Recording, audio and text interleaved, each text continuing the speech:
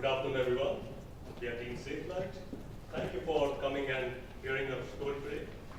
A special shout out to the organizers of this LLB program, the coordinators, the instructors, and the mentors who have worked hard, guided us, and challenged us to put us in the position that we are in today. Now, let me start with a brief video of our concept.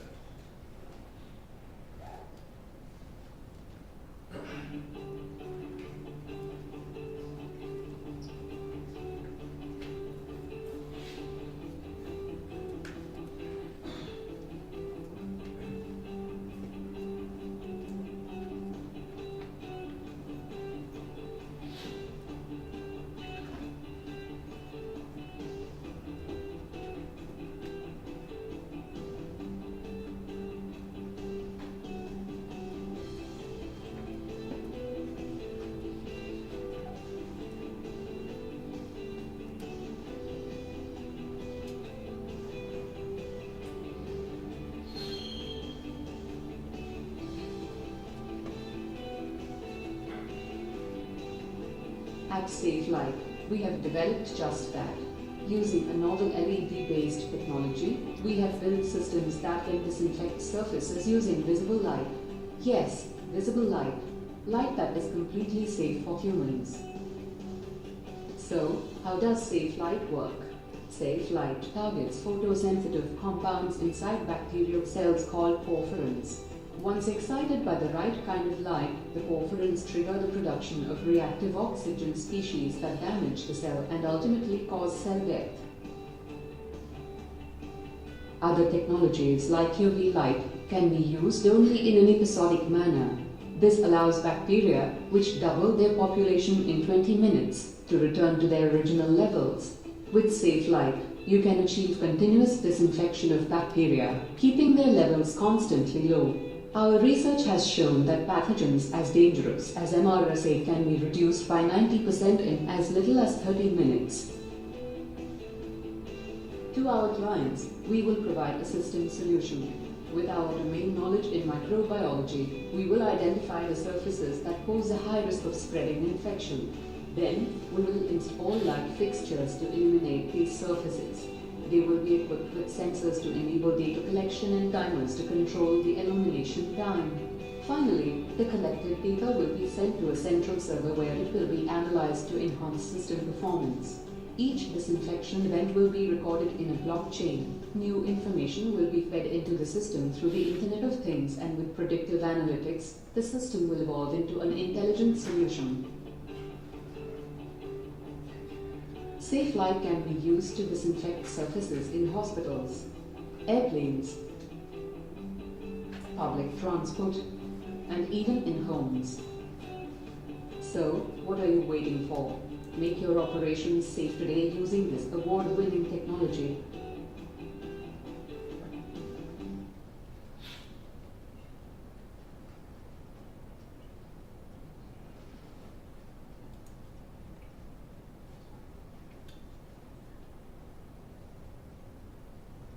When we began our journey, there were several options before us. There is hardly a place where bacteria are not a problem. Broadly, we looked at 5 market segments: healthcare, food processing, aviation, hospitality, and the domestic segment. In some of these segments, the pain was real: hospital-acquired infections, foodborne disease. In some of them, the pain was driven more by customer perception. In some of these segments, again, we had the opportunity to implement our technology to its full potential in the form of a system, whereas in others, at best, at this point of time, we could hope to sell individual products. Based on these criteria that we and information we gathered from our interviews, we narrowed down to 3 segments: healthcare, food processing, and aviation. Encouragingly, we have been in positive talks with both the aviation sector and the healthcare sector. But currently, we have a food processing company which has agreed in principle to try out our technology at their facility. So that becomes our featured market. At the outset, let me clarify that when we speak of disinfecting in food processing plants, we are not talking about disinfecting the food surface per se.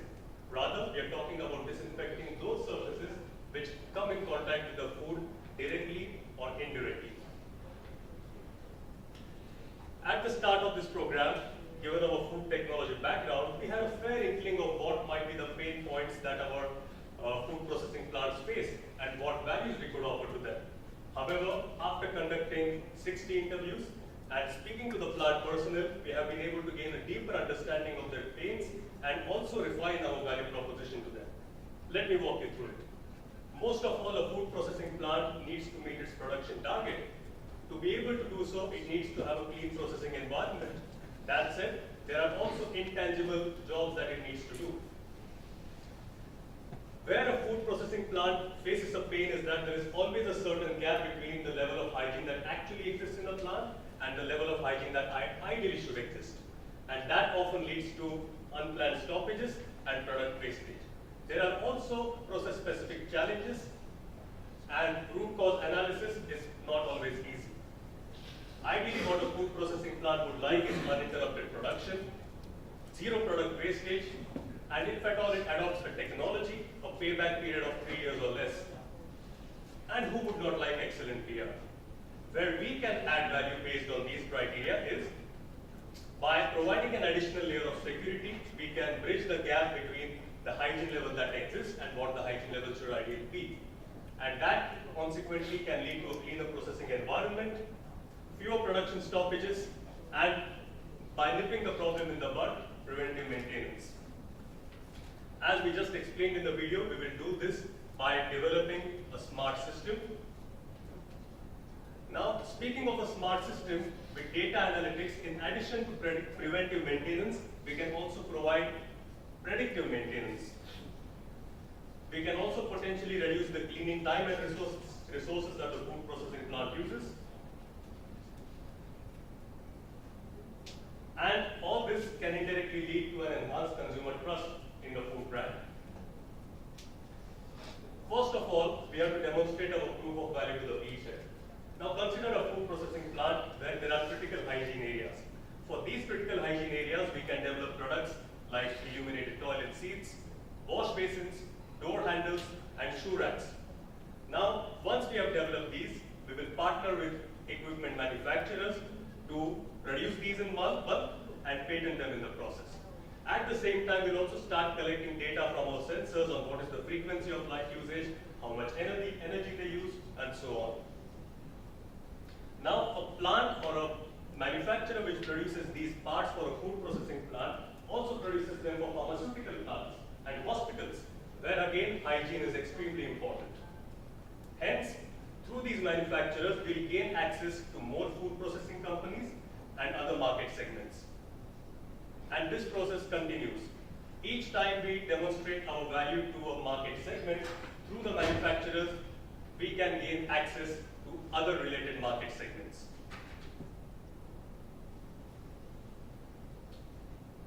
Now, to support this kind of growth, we need the right business model.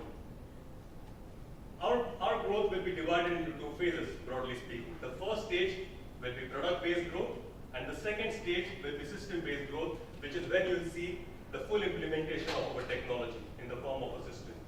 In the product-based growth stage, our main cost will be in R&D and prototyping, whereas our revenue will come from sales of individual equipment. Licensing and royalties are also possible sources of revenue. Now, in the system stage, in addition to these product-based revenue sources, we also have recurring sources of revenue through system maintenance, system upgrades, and there could also potentially be software sales. When we began the program, our BMC was very generic. Through the 10 weeks of interviewing and refining, we have been able to take steps to make the BMC more specific, more targeted, more sustainable, and more scalable. Now, I've already explained most of the components of the BMC in the preceding slides. So I would like to touch upon the spirit in which this BMC has been made. Now, when I say that we have taken steps to make the business model more specific, what I mean is that by identifying our beachhead, we have been able to tailor the BMC specifically to our beachhead, which is food processing. Secondly, what our larger objective is to be a lean, tech-based company whose main assets will be IP, domain knowledge, and data. That's why, whenever possible, we will outsource the manufacturing to lighting suppliers and equipment manufacturers. Through our interviews, we have understood that equipment vendors, consultants, as well as hygiene tech companies can have a key influence on the kind of technologies that are adopted by a food processing plant. And speaking of food processing plants, we think that we can develop a mutually beneficial relationship with them, where we can develop better products for them when they share more data with us. Other than food processing plants, in due course of time, we can also expand to other market segments. That brings our presentation to a conclusion. Thank you for your time and attention.